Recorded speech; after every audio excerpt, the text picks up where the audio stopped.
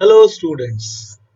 आज हम पढ़ने जा रहे हैं मैकेनिक्स, जहां से फिजिक्स प्रॉपरली स्टार्ट होती है। Mechanics means study of objects are in rest और इन मोशन। मतलब कोई ऑब्जेक्ट्स रेस्ट या मोशन में हो तो उनकी स्टडी करना मैकेनिक्स कहलाता है।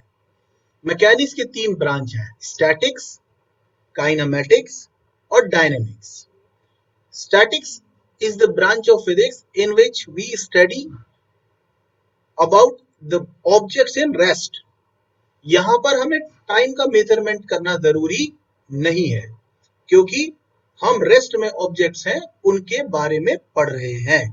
भले ही उन पर बहुत सारे फोर्स लग रहे हैं पर वो रेस्ट में है, तो इसलिए हम उनके बारे में पढ़ाई करेंगे, तो इसको स्टैटिक्स बोलेंगे। फिर होता है kinematics. Kinematics means study of the objects in motion without considering cause of motion. हमें मोशन की स्टडी करना है without considering cause of motion. यहाँ टाइम मेजर करना एसेंशियल है, क्योंकि आप ऐसे ऑब्जेक्ट्स के बारे में पढ़ रहे हैं जो चल रहे हैं, तो उनके किसी पैरामीटर को डिफाइन करने के लिए टाइम चाहिए। एंड थर्ड है dynamics. Dynamics is the branch of physics in which we deals with the study of objects in motion with consideration of cause of motion. मतलब वो कौन से फोर्स हैं जो उसके लिए रिस्पॉन्सिबल है, एनर्जी का क्या होगा। न्यूटन का इसमें बड़ा कंट्रीब्यूशन है। जहां तक काइनेमेटिक्स की बात है, हम गैलीलियो की सोच को पढ़ते हैं, और जब हम डायनेमिक्स में आ जाते हैं तो हम न्यूटन के हिसाब से पढ़ाई करते हैं। न्यूटन का बड़ा कंट्रीब्यूशन है डायनेमिक्स में। तो जहां से Newton laws of motion start होगा, वहां से हम डायनेमिक्स पढ़ेंगे। और अभी हम स्टार्ट करेंगे काइनेमेटिक्स से। काइनेमेटिक्स जो है 11th क्लास की फिजिक्स का फर्स्ट चैप्टर, जिसको हम फिजिक्स का चैप्टर बोल सकते हैं। हालांकि इसके पहले हम बेसिक मैथमेटिकल टूल्स पढ़ते हैं, पर बेसिक मैथमेटिकल टूल्स जो हैं वो हमें केवल ये एबिलिटी देते हैं कि जब हम किसी फिजिकल क्वांटिटीज के बारे में पढ़ेंगे तो हम उनके मैथमेटिकल ऑपरेशंस को ठीक से कर पाएं। यानी कि अगर हमें उन्हें ऐड या सब्ट्रैक्ट करना है तो हम ध्यान दे पाएं कि ये वेक्टर है या स्केलर, और अकॉर्डिंगली उन्हें ऐड या सब्ट्रैक्ट करें। जब उन्हें मल्टीप्लाई या डिवाइड करना है तो भी हमें ये ध्यान रहे कि वो वेक्टर हैं या स्केलर हैं, तो हम उसको प्रॉपरली हैंडल कर पाएं। इसके अलावा कोई मैथमेटिकल ऑपरेशन जैसे ट्रिग्नोमेट्रिक फंक्शन आ जाए, या अलजेब्रा आ जाए, या आपके पास लॉगरिथमिक फंक्शन आ जाए, या आपके पास एक्सपोनेंशियल रिलेशन आ जाए, या आपको कोई ग्राफ प्लॉट करना हो, इस सब की एबिलिटी आपके अंदर आ जाए, इसके लिए आपको बेसिक मैथ्स पढ़ाया जाता है। और आप फिजिकल क्वांटिटीज के साथ ठीक से डील कर सके, इसके लिए आपको वेक्टर पढ़ाया जाता है। तो काइनेमेटिक्स की डेफिनेशन क्या होगी? काइनेमेटिक्स की डेफिनेशन होगी study of motion without considering cause of motion. Kinematics को हम डिफाइन करेंगे कि काइनेमेटिक्स है study of motion without considering it's cause. इसका मतलब हम काइनेमेटिक्स में मोशन के बारे में पढ़ते हैं जो किसी पार्टिकल का या बॉडी का मोशन हो सकता है, लेकिन हम ये ध्यान नहीं देते कि वो कौन सी एनर्जी है जिसकी वजह से ये पार्टिकल चला, वो कौन से फोर्स थे नेचर के जिनकी वजह से ये पार्टिकल चला। हम केवल उसके मोशन के parameter like distance, displacement, velocity, speed और एक्सेलरेशन के बारे में चर्चा करते हैं। यानी हम उसके मोशन के पैरामीटर्स के बारे में चर्चा करते हैं। काइनेमेटिक्स पढ़ने के लिए हमें जो सबसे पहली जरूरत है, वो जरूरत है एक फ्रेम ऑफ रेफरेंस की। फ्रेम ऑफ रेफरेंस की अगर हम डेफिनेशन देखें तो बड़ी फैंसी डेफिनेशन है, that frame of reference is a coordinate system in which there is a well-defined origin corresponding to which we can express the position of a particle which is in motion or in rest. मतलब coordinate system है एक हमारे पास x Y Z, उसका एक origin है, इसको बोलते हैं फ्रेम ऑफ रेफरेंस, जिसके रिस्पेक्ट में हम किसी पार्टिकल की स्पेस में पोजीशन को लोकेट कर सकते हैं, उसको एक्सप्रेस कर सकते हैं। लेकिन इस डेफिनेशन को पढ़ के कुछ खास समझ में नहीं आता है। तो मेरे हिसाब से डेफिनेशन क्या होती है? मेरे हिसाब से डेफिनेशन होती है कि अगर आपको फ्रेम ऑफ रेफरेंस को डिस्क्राइब करना है तो फ्रेम ऑफ रेफरेंस को डिस्क्राइब करने के लिए आपको सबसे पहले आपके पास दो चीज होना चाहिए। नंबर वन, एक होना चाहिए ऑब्जर्वर, प्लस नंबर टू आपके पास होना चाहिए एक क्लॉक। एक ऑब्जर्वर और एक क्लॉक मिलकर एक फ्रेम ऑफ रेफरेंस बनाते हैं। आगे चल के हम पढ़ेंगे कि फ्रेम ऑफ रेफरेंस कितने तरीके की होती है, वो इनर्शियल होती है, नॉन इनर्शियल होती है, और क्या हो सकता है वो हम आगे चल के पढ़ेंगे। अभी तो हमारा संघर्ष है कि फ्रेम ऑफ रेफरेंस होती क्या है। तो फ्रेम ऑफ रेफरेंस मतलब अगर डेफिनेशन पढ़े तो वो हुआ है, वो तो the frame of reference is the coordinate system in which we can blah blah blah blah blah. तो अगर हम डेफिनेशन पढ़े तो वो तो एक बहुत ही बड़ा हुआ टाइप का डेफिनेशन बना रखा है। लेकिन अगर हम उसे सिंप्लीफाई करें तो फ्रेम ऑफ रेफरेंस मतलब ऑब्जर्वर और एक क्लॉक। मतलब मैं एक फ्रेम ऑफ रेफरेंस हूं क्योंकि मैं एक ऑब्जर्वर हूं, किसी को भी देख सकता हूं, और मेरे पास एक क्लॉक है, तो मैं एक फ्रेम ऑफ रेफरेंस हूं। अब मैं स्पेस में किसी को भी देखकर उसकी पोजीशन, उसका डिस्प्लेसमेंट, उसकी वेलोसिटी, उसका एक्सेलरेशन डिस्क्राइब कर सकता हूं। इसलिए मैं एक फ्रेम ऑफ रेफरेंस हूं, और क्योंकि वो सारी चीजें मैंने बताई होंगी तो वो वेलोसिटी मेरे रिस्पेक्ट में होगी, वो डिस्प्लेसमेंट मेरे रिस्पेक्ट में होगा, वो पोजीशन मेरे रिस्पेक्ट में होगी, वो वेलोसिटी मेरे रिस्पेक्ट में होगी, वो स्पीड मेरे रिस्पेक्ट में होगी, वो एक्सेलरेशन मेरे रिस्पेक्ट में होगा। मतलब मोशन के पैरामीटर्स को डिस्क्राइब करने के लिए हमें एक ऑब्जर्वर की जरूरत होती है जिसके पास एक क्लॉक हो, और वो जो कुछ भी बता रहा है वो उस फ्रेम का सच है। मतलब सर, मतलब हो सकता है कि एक ही समय पर एक ही ऑब्जेक्ट की दो अलग अलग वेलोसिटी बता दे दो अलग अलग ऑब्जर्वर। फिजिक्स में ऐसी कई फिजिकल क्वांटिटी होंगी जो फ्रेम पे डिपेंड करेंगी, और कई ऐसी क्वांटिटी होंगी जो फ्रेम पे डिपेंड नहीं करेंगी। जो फ्रेम पे डिपेंड करेंगी वो रिलेटिव क्वांटिटीज होंगी, क्योंकि अगर ऑब्जर्वर बदल दे तो क्वांटिटी चेंज हो जाएगी। और अगर फ्रेम पर डिपेंड नहीं करेगी तो वो एक एब्सोल्यूट वैल्यू रखती होगी कि भैया किसी से भी पूछ लो इसकी वैल्यू इतनी है। तो सबसे पहले हमें एक ऑब्जर्वर की जरूरत पड़ेगी जो हमें देखकर बताएगा मोशन के पैरामीटर, जो कि होंगे रिलेटिव। पोजीशन होगी रिलेटिव, दूसरे पैरामीटर होंगे रिलेटिव। तो हम देखेंगे कौन रिलेटिव है कौन रिलेटिव नहीं है, तो हम बात करेंगे। अब हमें ऑब्जर्वर की बार बार जरूरत पड़ेगी। अब या तो मैं ये कहूं कि मैं देखता हूं, या ये कहूं कि तुम देखते हो। तो मैं बहुत साल से 18-20 साल से एक ऑब्जर्वर का इस्तेमाल करता हूं। ये हमारा ऑब्जर्वर है, इसका नाम है कल्लू। ये मेरा फेवरेट ऑब्जर्वर है। जहां भी मुझे ऑब्जर्वर की जरूरत होती है मैं कल्लू बैठा देता हूं। So we have to see whole physics through the eyes of Kallu. Kallu यह जो देखकर बताएगा कि किसी फिजिकल क्वांटिटी के बारे में क्या कह रहा है। एक्चुअली में जब हम कोई न्यूमेरिकल करेंगे, कोई फिजिकल सिचुएशन डिस्कस करेंगे, तो वहां हमें सराउंडिंग्स गिवन होंगी। जैसे बस है, कार है, एरोप्लेन है, शिप है, कोई लड़का दौड़ रहा है, कोई चिड़िया उड़ रही है। ये सराउंडिंग्स होंगी जिनको डिस्कस किया जाएगा। अब आपसे पूछ लिया जाएगा कार की वेलोसिटी बताइए बस के रिस्पेक्ट में, तो हमें बस में बैठ कर देखना होगा। तो ना तो मैं बैठने जाऊंगा ना आप बैठने जाएंगे, हम कल्लू को बैठा देंगे और बोलेंगे जा देख ले, और वो जो बोलेगा वो लिख देंगे। हो सकता है वो साइकिल की वेलोसिटी पूछे कार से देखने पर, तो अब कार में बैठकर देखना पड़ेगा ना भाई कि क्या दिख रहा है। तो हमें एक ऑब्जर्वर की जरूरत पड़ेगी। तो ये हमारा ऑब्जर्वर होगा कल्लू, और ये मेरा फेवरेट ऑब्जर्वर है, बहुत काम करता है, पूरी फिजिक्स को आसान बना देता है। अपन देखेंगे धीरे धीरे। तो हम समझ गए कि फ्रेम ऑफ रेफरेंस मतलब एक ऑब्जर्वर और एक क्लॉक।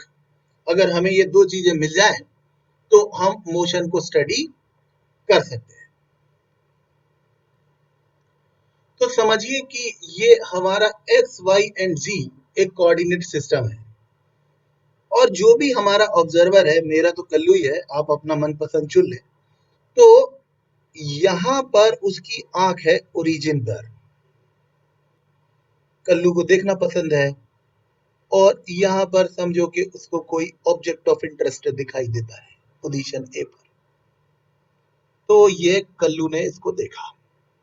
हम अभी जब वेक्टर्स पढ़ रहे थे तो हम पढ़ चुके हैं पोजीशन वेक्टर। कल्लू की आंख से इस लड़की को मिलाने वाली लाइन इसका पोजीशन वेक्टर है,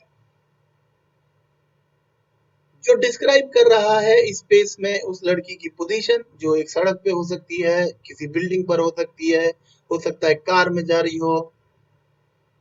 मान लेते हैं कि ये लड़की स्केटिंग कर रही थी, तो ये इसका पोजीशन वेक्टर है, जो ये डिस्क्राइब करेगा कि स्पेस में इस लड़की की कल्लू के रिस्पेक्ट में पोजीशन क्या है। यानी जब हमारा ऑब्जर्वर किसी भी ऑब्जेक्ट की पोजीशन बताएगा, तो उसकी ऑब्जेक्ट की जो पोजीशन है वो जिस फिजिकल क्वांटिटी से डिस्क्राइब होगी उसको हम बोलेंगे पोजीशन वेक्टर। यानी पोजीशन वेक्टर वो फिजिकल क्वांटिटी है जो डिस्क्राइब करेगी किसी ऑब्जेक्ट की position with respect to observer. अब ऑब्जर्वर चेंज हो जाएगा तो पोजीशन वेक्टर चेंज हो जाएगा, क्योंकि अगर मैं किसी चिड़िया को देख रहा हूं तो उसका पोजीशन वेक्टर अलग है, और अगर यहाँ मेरे पड़ोस में कोई लड़का है वो भी चिड़िया को देख रहा है तो उसका पोजीशन वेक्टर अलग है, ना केवल मैग्नीट्यूड में अलग है बल्कि डायरेक्शन में भी अलग है। तो किसी भी ऑब्जेक्ट की पोजीशन किसी ना किसी ऑब्जर्वर के रिस्पेक्ट में होगी। अब हमें पता कैसे चलता है कि कोई बॉडी मोशन में है या रेस्ट में? तो मोशन की डेफिनेशन होती है कि whenever a particle changes its position with respect to observer, then it is said to be in motion. अगर कोई पार्टिकल ऑब्जर्वर के रिस्पेक्ट में अपनी पोजीशन चेंज करता है तो वो मोशन में होता है। इसका मतलब एकदम सिंपल लैंग्वेज में बोले तो हमारी आंख से किसी ऑब्जेक्ट को मिलाने वाला एक पोजीशन वेक्टर होता है। अगर ये पोजीशन वेक्टर चेंज हो जाए तो हम बोलेंगे कि वो मोशन में है, अदरवाइज हम बोलेंगे कि वो मोशन में नहीं है। अब पोजीशन वेक्टर एक वेक्टर है, वेक्टर के पास दो चीजें होती है, एक उसका मैग्नीट्यूड और एक उसकी डायरेक्शन। या तो ये वेक्टर लंबा हो जाए, छोटा हो जाए, मतलब इसकी मैग्नीट्यूड चेंज हो जाए, मतलब ये लड़की कल्लू से दूर चली जाए या पास आ जाए, तो हम बोलेंगे कि ये ना मोशन में है। इसके लिए पास और दूर ना आए, सिर्फ इसकी डायरेक्शन चेंज हो जाए तो भी हम बोलेंगे कि ये इसके लिए मोशन में है। कहने का मतलब ये है कि हमारी आंख से किसी ऑब्जेक्ट को मिलाने वाली एक लाइन होती है जो पोजीशन वेक्टर होती है।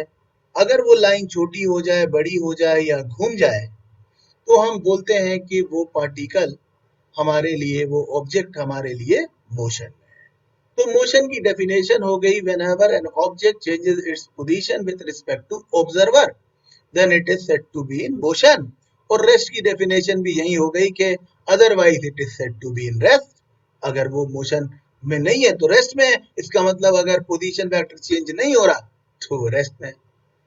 अब मैं ये कहना चाहता हूं कि rest and motion are relative terms. Rest और मोशन रिलेटिव टर्म्स है। क्या कहना चाहते हो सर, इसका मतलब क्या है?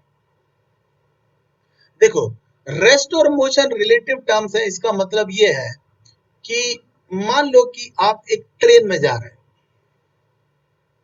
ठीक है, आपके सामने वाली सीट पर एक पैसेंजर बैठा हुआ है, उसका हम कुछ नाम रख लेते हैं कि राहुल नाम का एक लड़का है जो आपके सामने वाली सीट पर बैठा हुआ है।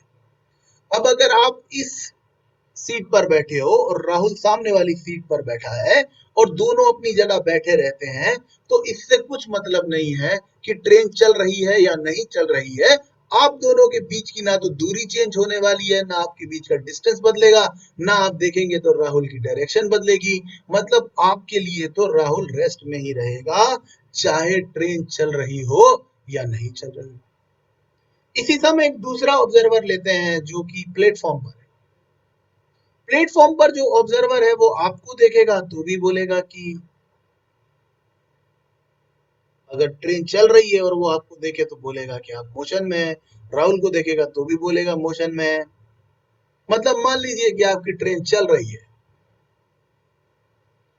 तो प्लेटफॉर्म पर जो खड़ा है वो जब राहुल को देखेगा तो बोलेगा कि इसको तो पोजीशन वेक्टर चेंज हो रहा है, इसका मतलब वो मोशन में है। जबकि आप ट्रेन के अंदर बैठकर अपने सामने वाली बर्थ पर जो भी पैसेंजर बैठा है उसको देखते रहें लगातार, तो भी आप बोलेंगे कि वो रेस्ट में है। यानी रेस्ट और मोशन रिलेटिव है, एब्सोल्यूट कुछ भी नहीं है। हो सकता है एक ही समय पर एक ही ऑब्जेक्ट दो अलग अलग ऑब्जर्वर में से एक के लिए रेस्ट में हो, एक के लिए मोशन में। अब जब दो तीन चार लोग कार में बैठ कर जाते हो तो आप कार कितनी भी स्पीड से चलाओ, आप लोग एक दूसरे के लिए रेस्ट में होते हो क्योंकि आप कार के अंदर हो। आपके बीच की ना डिस्टेंस चेंज हो रही है ना ही डायरेक्शन चेंज हो रही है। लेकिन सड़क से कोई आप लोगों को देखे तो उसके लिए कार भी मोशन में है, आप सारे लोग भी मोशन में हो। यानी ऑब्जेक्ट तो एक ही है, पर उसे अलग अलग लोग देखें और वही पैरामीटर अलग अलग दिखाई दे तो वह एक रिलेटिव पैरामीटर होता है। मोशन एब्सोल्यूट नहीं होता, ना ही दुनिया में रेस्ट एब्सोल्यूट होता है। मोशन को बतलाने के लिए भी ऑब्जर्वर चाहिए और रेस्ट को बतलाने के लिए भी ऑब्जर्वर चाहिए। अब मान लीजिए कि ये लड़की जो है स्केटिंग करते हुए इस रास्ते से पॉइंट ए से पॉइंट बी तक चली जाती है और कल्लू हमेशा की तरह देखता रहता है। तो कल्लू का पोजीशन वेक्टर लड़की के लिए घूमने लगता है और पहले इसका पोजीशन वेक्टर था r1 वेक्टर, जो अब बदल के हो जाता है r2 वेक्टर। जिस रास्ते से लड़की ए से बी तक गई है उस रास्ते को बोलते हैं डिस्टेंस। यानी डिस्टेंस का मतलब है वो path length, actual length of path followed by the particle while moving from initial to final position। मतलब डिस्टेंस वो सचमुच का रास्ता है, उस सचमुच के रास्ते की लंबाई है जिससे कि कोई पार्टिकल ए से बी तक गया है।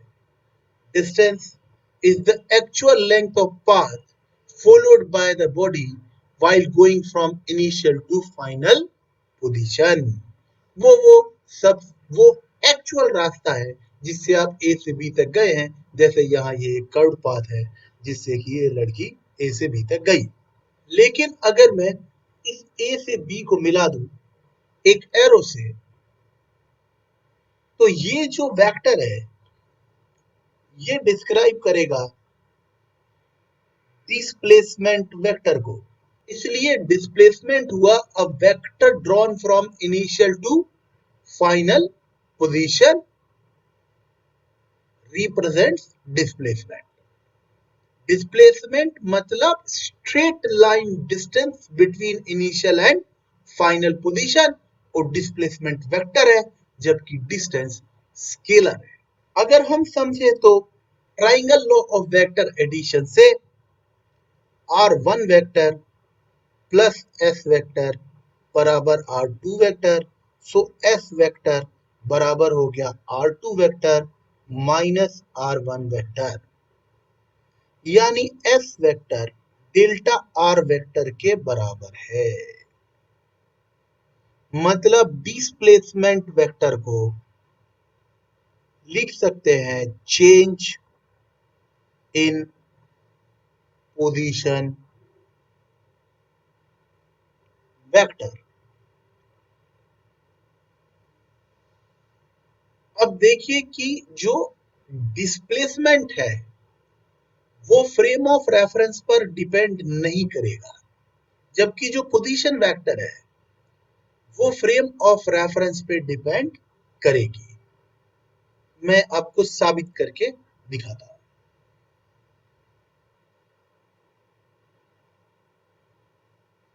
समझो कि हमारे पास एक ग्राउंड में दो पिलर लगे हैं ए और बी, और उनके बीच में गैप है एस।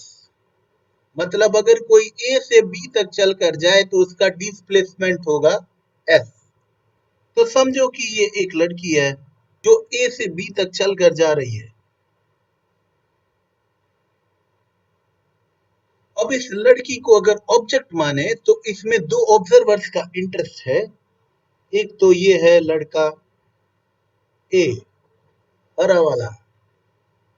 ये इस लड़की को देखता है तो इसका पहला पोजीशन वेक्टर बताता है R1 वेक्टर, और दूसरा पोजीशन वेक्टर बताता है R2 वेक्टर।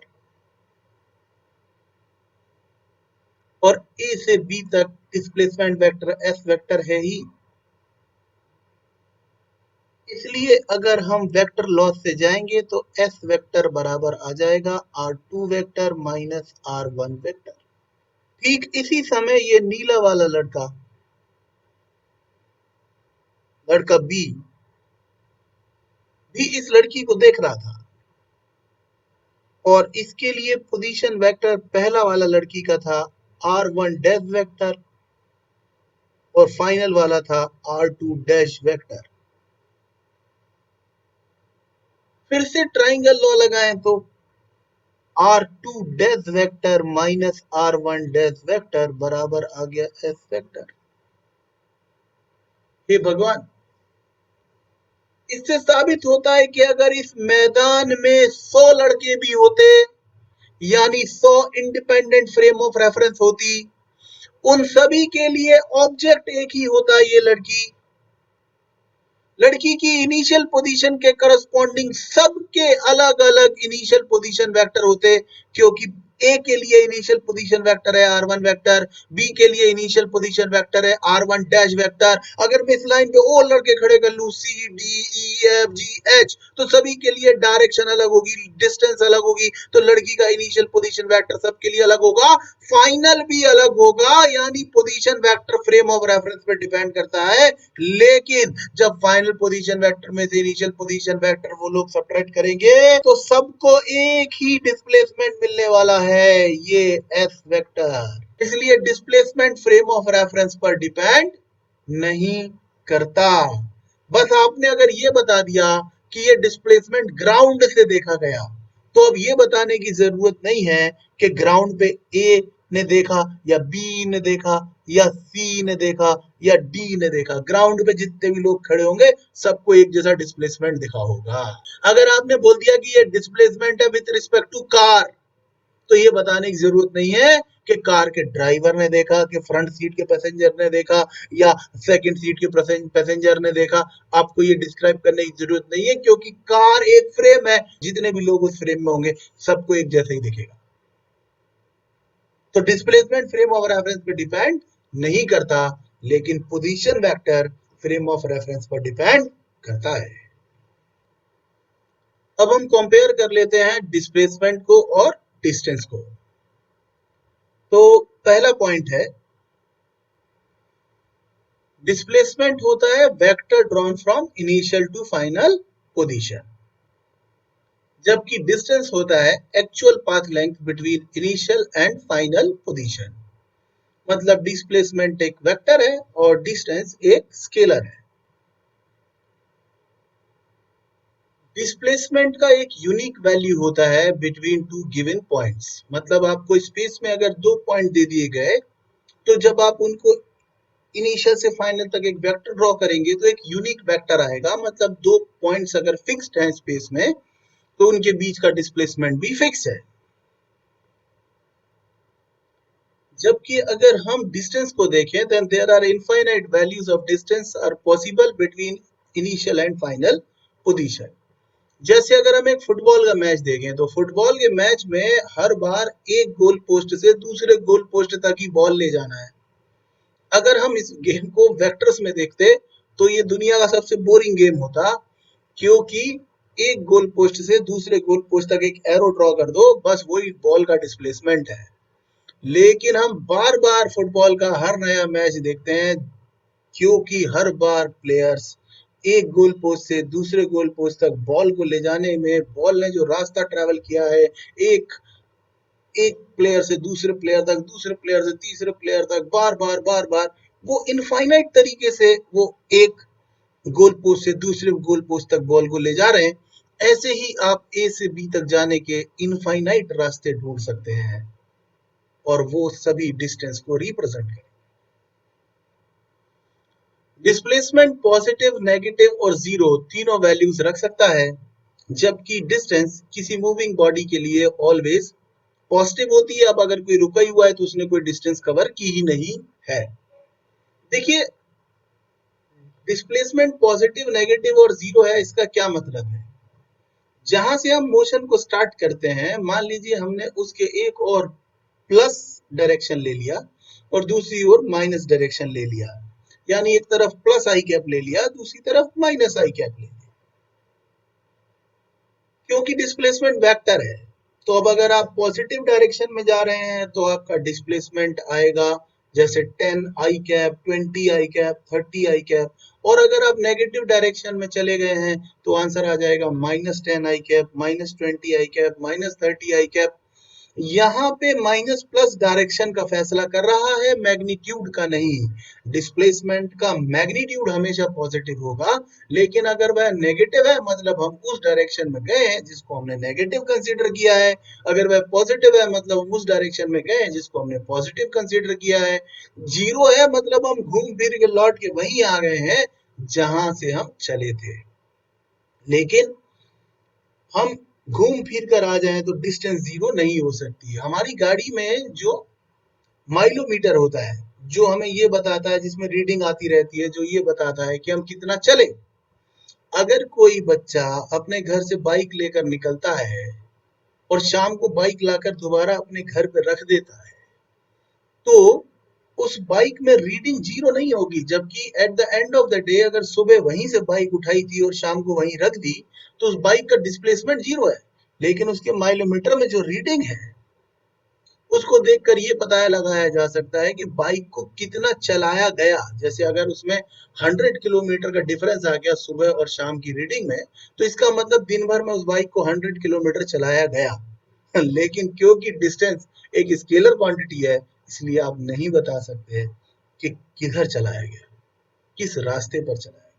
यानी उस रीडिंग को पढ़ के आपको ये कभी अंदाजा नहीं लगेगा कि आप कहाँ गए थे। जब हम लोग गूगल मैप देखते हैं और उस मैप में हम दो स्टेशन के बीच का जो डिस्टेंस बताया जाता है, वो डिस्टेंस जो है वो बेसिकली डिस्टेंस है। लेकिन जब हमें एक फ्लाइट से एक जगह से दूसरी जगह जाते हैं और हमें एयर डिस्टेंस बताया जाता है, तो वो बेसिकली डिस्प्लेसमेंट है, क्योंकि फ्लाइट एकदम सीधे चलेगी और कार उस रास्ते से जाएगी जो कि डेवलप्ड है। सो इसलिए डिस्टेंस मतलब एक्चुअल लेंथ ऑफ पाथ, जबकि डिस्प्लेसमेंट मतलब इनिशियल से लेकर फाइनल पोजीशन के बीच का स्ट्रेट लाइन डिस्टेंस। मतलब हम समझ सकते हैं कि कोई भी दो गिवन पॉइंट्स के बीच में जो सबसे छोटा डिस्टेंस होगा वो डिस्प्लेसमेंट होगा। बाकी जितने भी रास्ते होंगे ए से बी तक जाने के, वो इनफाइनाइट रास्ते हो सकते हैं, लेकिन उन सब की लेंथ इस सबसे छोटे रास्ते से तो बड़ी ही होगी। तो हम कंक्लूड कर सकते हैं कि जो डिस्टेंस है वो या तो बड़ा होगा या बराबर होगा डिस्प्लेसमेंट के मैग्नीट्यूड से। ऐसा कब हो सकता है कि डिस्टेंस और डिस्प्लेसमेंट का मैग्नीट्यूड एकदम इक्वल हो? अगर हम चाहते हैं कि डिस्टेंस और डिस्प्लेसमेंट की मैग्नीट्यूड एकदम इक्वल हो, तो पार्टिकल को करना चाहिए straight line motion without taking U turn.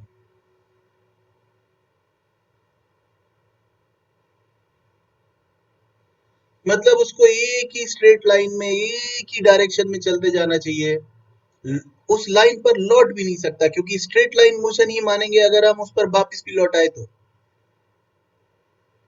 यानी उसको स्ट्रेट लाइन में चलना चाहिए और यू टर्न भी नहीं लेना चाहिए, और किधर तो वो मुड़ भी नहीं सकता है स्ट्रेट लाइन में, एक ही डायरेक्शन में जाता जाए तो उसका डिस्टेंस और डिस्प्लेसमेंट बराबर होगा। जैसे एक लड़का छत से गिर गया बड़ा, तो उसका डिस्टेंस है और डिस्प्लेसमेंट है बराबर होगा।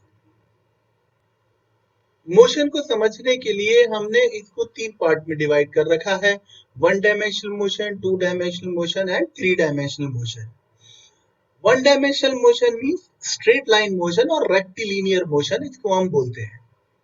1 dimension motion means if one out of 3 coordinates x, y and z is required to specify or represent the motion of the object, then it is said to be straight line motion. अगर कोई straight line में जा रहा है तो वो, जैसे कोई बॉल है आपने वर्टिकली अपवर्ड फेंक दी, वो सिर्फ या तो वर्टिकल जा रही है या हॉरिजॉन्टल जा रही है या किसी इंक्लाइन पर भी जा रही है, पर सिर्फ एक स्ट्रेट लाइन में जा रही है, इसमें यू टर्न मानते हैं, मतलब जाकर आ सकते हैं पर रहना उसी स्ट्रेट लाइन को पकड़ कर है। तब उसके मोशन को डिस्क्राइब करने के लिए या तो हमें केवल एक्स एक्सिस को बताना पड़ेगा, या सिर्फ वाई कोऑर्डिनेट बताना पड़ेगा, या सिर्फ जेड कोऑर्डिनेट बताना पड़ेगा, यानी तीनों कोऑर्डिनेट में से शायद कोई एक ही कोऑर्डिनेट बताना पड़ेगा। तब ऐसे मोशन को बोलेंगे हम स्ट्रेट लाइन मोशन या motion in 1 dimension. Motion in 2 dimension means when we need to specify 2 out of 3 coordinates to represent or specify the motion of object, then it is said to be 2 dimensional motion. मतलब अगर कोई particle 2 dimensions में move कर रहा है, जैसे कि circular path पे मूव कर रहा है, इलिप्टिकल पाथ पे मूव कर रहा है, तब हमें उसकी पोजीशन को स्पेसिफाई करने के लिए एक्स और वाई बताना पड़ेगा, या वाई और जेड बताना पड़ेगा, या जेड और एक्स बताना पड़ेगा, यानी कम से कम 2 कोऑर्डिनेट बताना पड़ेंगे। ऐसे मोशन को बोलते हैं मोशन इन अ प्लेन और 2 डायमेंशनल मोशन। और फिर होता है 3 dimensional motion. 3 dimensional motion means when we need to specify all 3 dimensions, all 3 coordinates to represent the motion of a particle, then it is said to be 3-dimensional motion. 3-dimensional motion जैसे कि आप एक stair case पे ऐसे गोल गोल ऊपर चढ़ के जा रहे हैं, तो आपका x भी चेंज हो रहा है, y भी चेंज हो रहा है, z भी चेंज हो रहा है। एक पतंग आसमान में उड़ रही है तो वो ऊपर भी जा रही है, दाएं बाएं भी जा रही है। ये सारे मोशन जो है वो 3-डायमेंशनल मोशन है। मतलब अगर एक ही कोऑर्डिनेट बताना पड़े तो 1 डायमेंशन, या स्ट्रेट लाइन मोशन या रेक्टिलिनियर मोशन। 2 डायमेंशन एक साथ बताने पड़े तो इसका मतलब मोशन इन अ प्लेन। और अगर तीनों डायमेंशन बताने पड़े, एक्स वाई जेड तीनों बताने पड़े, तो वो 3 dimension. A particle is executing circular motion of radius r. Find out distance and displacement covered by it when it completes 1/4 cycle, half cycle, 3/4 cycle and 1 complete cycle. एक particle है जो are radius के circle पर गोल गोल घूम रहा है, तो हमें बताना है कि जब वो 1/4 साइकिल कंप्लीट करता है तब उसका डिस्टेंस डिस्प्लेसमेंट कैसे निकालें, हाफ साइकिल के बाद डिस्टेंस डिस्प्लेसमेंट कैसे निकालें, 3/4 साइकिल के बाद डिस्टेंस डिस्प्लेसमेंट कैसे निकालें, और 1 कंप्लीट साइकिल के बाद डिस्टेंस डिस्प्लेसमेंट कैसे निकालें। चलिए ट्राई करते हैं। तो हम पहला पार्ट डील कर रहे हैं 1/4 साइकिल के लिए। समझिए कि ये पार्टिकल यहाँ से ए पोजीशन से बी पोजीशन तक जाता है और इस रास्ते को ट्रैवल करते हुए चले जाता है। अब हमें बताना है कि इसका डिस्टेंस कितना है। तो देखिए सर्कुलर ट्रैक पे डिस्टेंस निकालना तो बिल्कुल आसान है। देखिए एक पूरा चक्कर हो जाता है तो आप 2 पाई आर डिस्टेंस कवर करते हैं, तो 2 pi r into number of cycles, तो यहां पर 1/4 साइकिल हुआ है, तो आपने डिस्टेंस ट्रेवल कर लिया है पाई आर बाय 2। डिस्टेंस निकालना एकदम इजी काम है। अब बात करते हैं डिस्प्लेसमेंट की। डिस्प्लेसमेंट मतलब ए से बी तक ड्रॉ किया गया वेक्टर, ये हमारे लिए डिस्प्लेसमेंट का काम करेगा। अब अगर हम टेक्निकली सोचे तो ये वेक्टर किससे मिलकर बना है, एक तो ये इस वेक्टर और इस वेक्टर से मिलकर बना है। Triangle law of vector addition से इन दोनों को ऐड कर लें तो एस वेक्टर आ जाएगा। अगर मैं इस तरफ मान लेता हूं कि मेरी डायरेक्शन है आई और इस तरफ मान लेता हूं और इस तरफ मान लेता हूं कि डायरेक्शन है जे।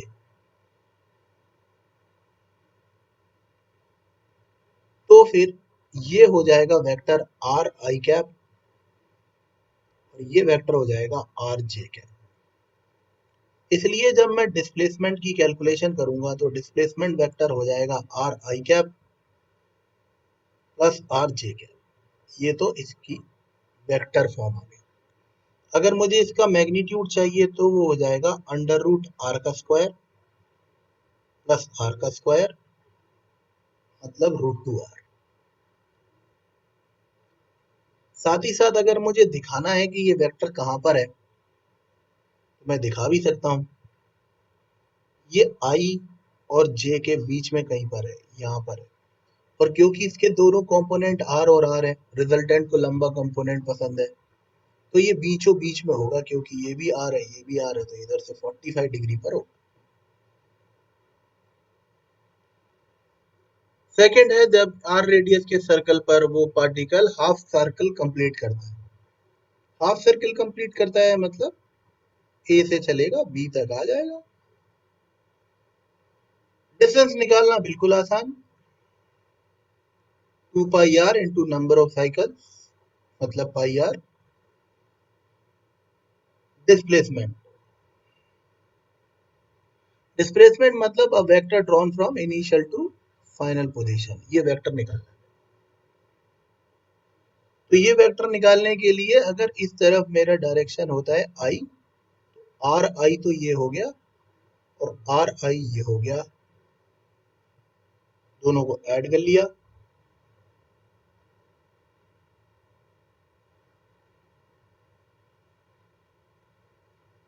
Are I cap plus are I cap मतलब हो गया 2 आर आई कैप। मैग्नीट्यूड आ गया 2 आर, खत्म हो गया। नेक्स्ट है 3/4 साइकिल मतलब ए से स्टार्ट कर रहे हैं और बी पर खत्म कर रहे हैं, तो यहां से इस तरह से चल के जा रहे हैं। डिस्टेंस निकालना बिल्कुल आसान, 2 pi r into number of cycles यानी 3 पाई आर बाय 2। ठीक है, अब डिस्प्लेसमेंट। पहली बात तो हम ए से बी तक जो वेक्टर ड्रॉ किया है ये निकालना चाहते हैं, मतलब हमारे लिए एस वेक्टर ये है। ये मिलकर बना होगा दो वेक्टर से, एक तो ये और एक ये। अब मुझे देखना होगा कि अगर मैंने इधर पे लिया था आई तो इधर होगा माइनस आई, तो इधर होगा जे तो इधर होगा माइनस। तो ये वाला वेक्टर होगा मेरे पास आर आई कैप और ये वाला होगा माइनस आर जे कैप। बस ट्राइंगल लॉ वेक्टर एडिशन लगाया तो डिस्प्लेसमेंट आ जाएगा R I minus R J. Magnitude निकाल लें तो फिर से हो जाएगा under root R square plus R square मतलब रूट टू आर। एंगल निकाल लें तो फिर से दोनों कंपोनेंट सेम है तो 45 ही आएगा। हाँ लेकिन इसका क्वाड्रेंट चेंज हो गया क्योंकि ये प्लस आई और माइनस जे के बीच में है, ये एस वेक्टर है, 45 हो गया, ये भी 45 है। अब एक पूरा साइकिल मतलब ए से चले थे और लौट कर यहीं वापस ए पर ही आ गए, तो साहब डिस्टेंस वो होगी 2 pi r into number of cycles मतलब 2 पाई आर। डिस्प्लेसमेंट एकदम कॉमन सेंस है, जीरो वेक्टर, क्योंकि जहां से चले थे वहीं आ गए तो डिस्प्लेसमेंट जीरो हो गया। नेक्स्ट क्वेश्चन है, wheel is rolling without slipping, find out displacement of point after half cycle. ये पहिया है, ये जमीन में लुढ़क रहा है और बिना फिसले लुढ़कता है। बिना फिसले लुढ़कने का मतलब है कि जब ये पूरा चक्कर कंप्लीट करता होगा तो ये अपनी सरकमफ्रेंस के बराबर चल लेता होगा मतलब 2 पाई आर। लेकिन अभी इसने हाफ साइकिल कंप्लीट किया है, इसका मतलब इसने अपनी आधी सरकमफ्रेंस के बराबर यानी पाई आर डिस्टेंस कवर किया। अब जो इसका पॉइंट ए है ये यहां आ गया होगा, ए डैश बन गया होगा। तो अगर हमें डिस्प्लेसमेंट निकालना है तो ये निकालना है एस वेक्टर। ये दो वेक्टर से मिलकर बना होगा, एक तो ए बी और एक बी ए डैश।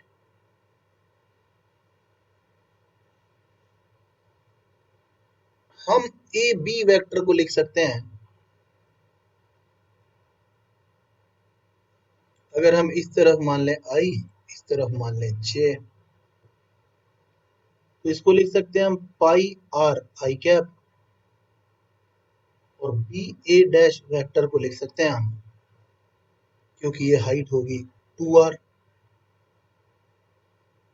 तो इसको लिख सकते हैं हम 2r जे कैप। अब हमें डिस्प्लेसमेंट निकालना है, तो triangle law of vector addition से pi r I cap plus 2r J cap. Magnitude निकालना, तो हो जाएगा अंडर रूट पाई आर का स्क्वायर प्लस 2r का स्क्वायर। तो इसका मैग्नीट्यूड आ जाएगा r under root pi square plus 4। अगर हम ये एंगल निकालना चाहते हैं, तो tan थीटा बराबर 2r पाई आर, तो थीटा बराबर हो गया tan इनवर्स 2 पाई